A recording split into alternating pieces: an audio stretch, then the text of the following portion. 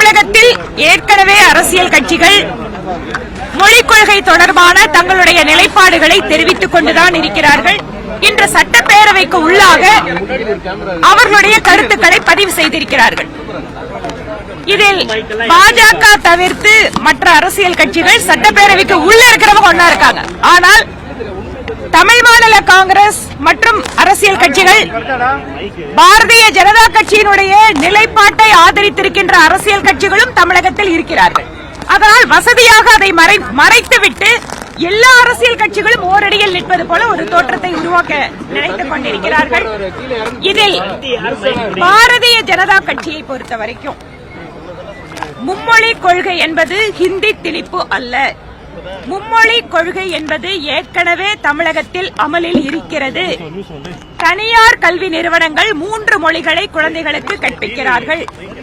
எங்களுடைய கேள்வி எல்லாம் ஏற்கனவே 3 மொழிகளை படிக்கக்கூடிய வசதி படைத்த மாணவர்களுக்கு அந்த வாய்ப்பு கிடைக்கின்ற பொழுது இருமொழி கொள்கை என்று அரசாங்க பள்ளிக்கூடத்தில் படிக்கின்ற ஏழை மாணவர்களுக்கு அந்த வாய்ப்பு மறுக்கப்படுவதால் தான் சமக்கல்வி என்கின்ற அந்த பிரச்சாரத்தை முன்னிறுத்து பாரதிய ஜனதா கட்சி மக்களிடம் விழிப்புணர்வு ஏற்படுத்திக் கொண்டு அவர்களுடைய ஆதரவை பெற்றுக் கொண்டிருக்கிறது.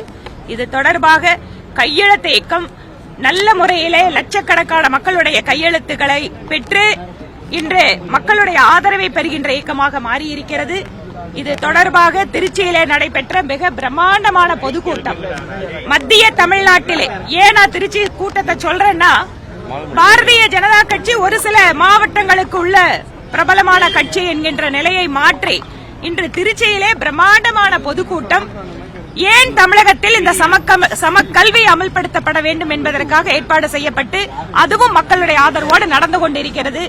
தமிழகத்திலே திராவிட முன்னேற்ற கழகம் ஆரம்பத்தில் ஹிந்தி எதிர்ப்பு என்கின்ற பெயரிலே அவர்கள் தமிழுக்கு ஆதரவாக இருப்பது போல ஒரு கொள்கை பிரகடனத்தை வெளியிட்டுவிட்டு இன்று தமிழ் மீடியமாக படிக்கின்ற குழந்தைகளுடைய எண்ணிக்கை வருடா வருடம் குறைந்து வருகிறது என்கின்றதை வசதியாக மறைக்கிறார்கள். அதனால் பாரதிய ஜனதா கட்சி எங்கும் தனிமைப்படுத்தப்படவில்லை. நாங்கள் மக்களுடைய கருத்தை பிரதிபலிக்கிறோம்.